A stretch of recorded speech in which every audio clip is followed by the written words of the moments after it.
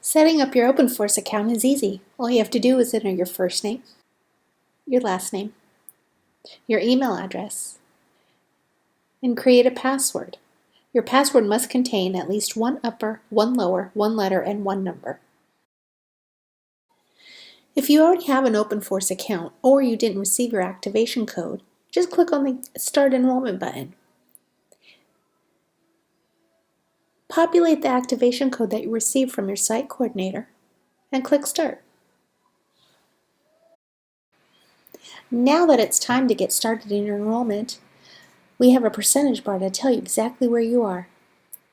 If you ever need to go back to your enrollments, click on Back to Enrollments. It'll take you to any others that you may have already started.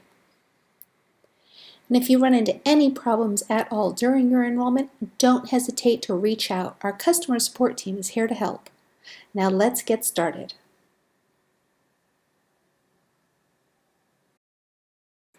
Now let's continue on with your personal information.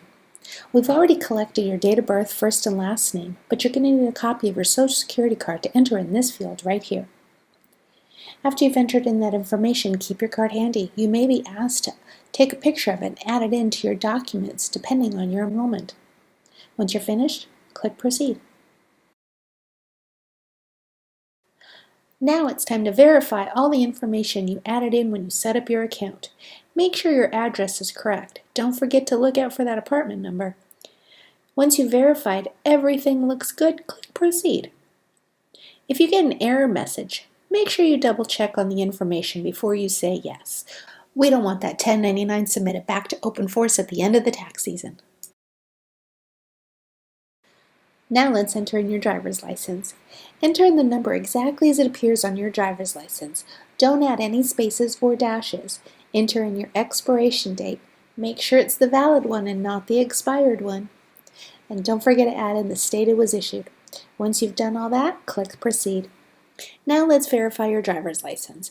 If you happen to see a message that looks like this, just double check the way you typed in your license number, your name, the state, and your date of birth. If anything doesn't match, you will receive a message that looks just like this. Click OK, go back, change the information that you may have had a typo in. And once you're done with that, go ahead and click Proceed, and you should be on your way. Now it's time to add in your phone numbers. Add in the phone number that you know you can receive text messages on.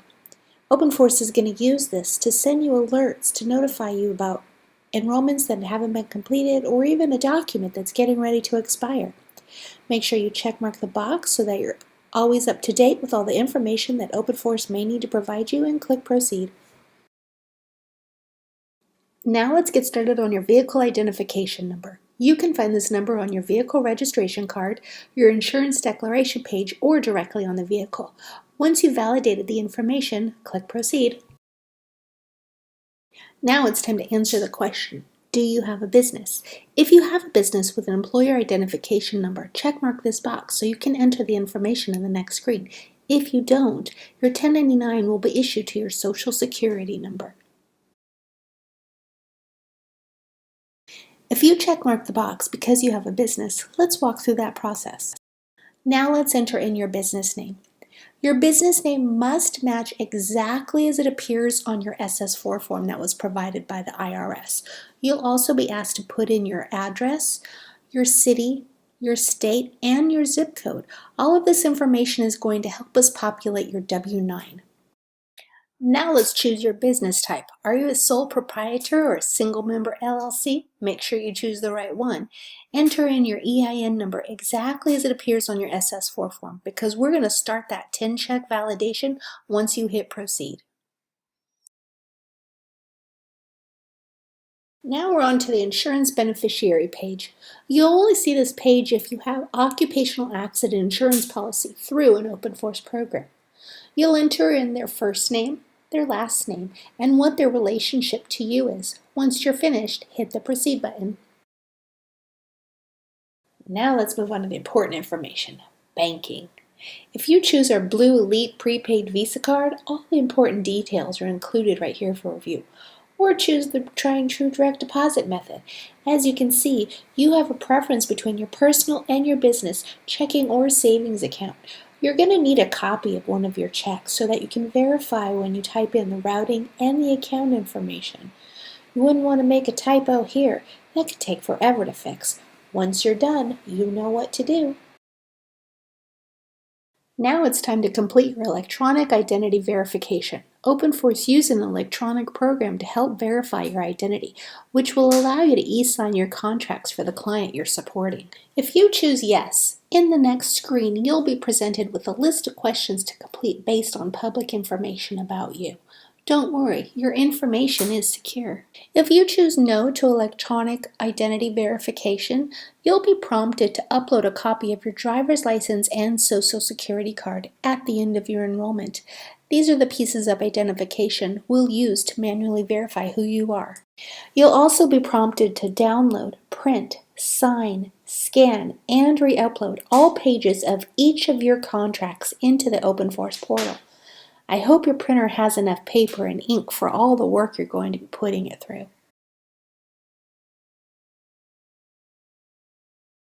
If you choose yes to electronic identity verification, this is an example of some of the questions that you may be presented with.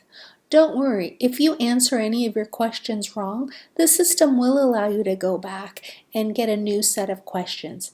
If you fail them again, the system's going to automatically prompt you to upload a couple of pieces of identification in order to manually verify who you are.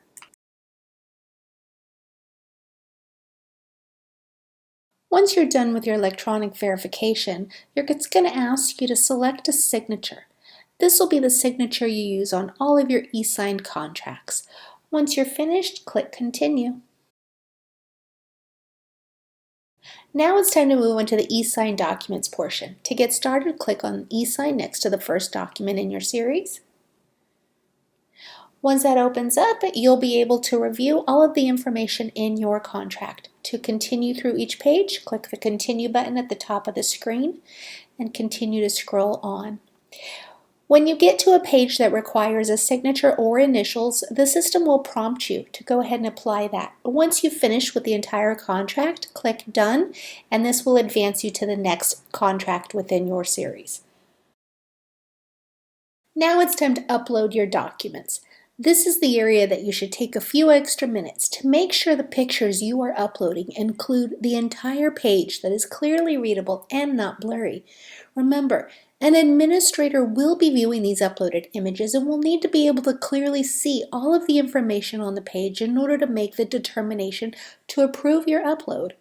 If you didn't provide a good image, there is a chance that you will be rejected and you will be asked to upload a new copy. This is also true if you upload an image other than what is expected. An example of this would be insurance declaration page that includes coverage amounts and you provide a copy of your insurance card. Now let's get started. Click on the Upload button next to the placeholder for the document you want to choose. As you can see, I chose the driver's license placeholder. Click on the Browse button next to the Choose File. This will open your computer window so you can find the image that you already saved onto your computer. Find that image, click Choose, and it'll add your document in. Add in the expiration date if needed, and then scroll down and click Accept. You'll need to repeat this process for every image that needs to be uploaded. Now that you've e-signed all of your contracts and uploaded all of the documents, you will be presented with a thank you screen. If the contracting company has any additional information that they're requesting or any concerns about your uploads, they will be in touch with you. If you received a notification from your site coordinator that one of your documents may have been rejected, you're going to have to log back into your Openforce portal account and continue on with that enrollment. Click on Continue Enrollment to replace the document. Once you open up your enrollment, you'll see an error message that looks like this. You will have to add a new uploaded image that follows the guidelines your site coordinator has asked for. Use the Re-Upload button next to the rejected placeholder. Follow the steps given before to upload a new copy from your computer.